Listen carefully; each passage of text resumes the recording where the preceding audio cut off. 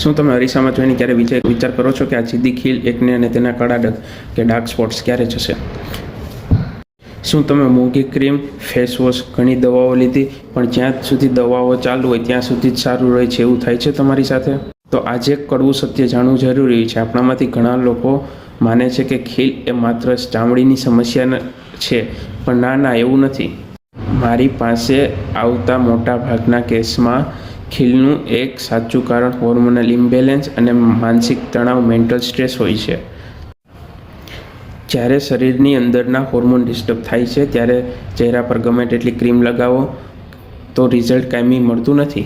ખાસ કરીને યુવાનીમાં એટલે કે પ્યુબર્ટીમાં અથવા તો બહેનોમાં પીસીઓડી કે અનિયમિત માસિક જેવી તકલીફ હોય છે ત્યારે ખીલ થવા માટે એક લક્ષણ બીમારી નથી. શરીરની અંદરથી કંઈક રહ્યું છે જેને આપણે સમજવું પડે છે. અહીં હોમિયોપેથી કામ કરે છે જડમૂળમાંથી.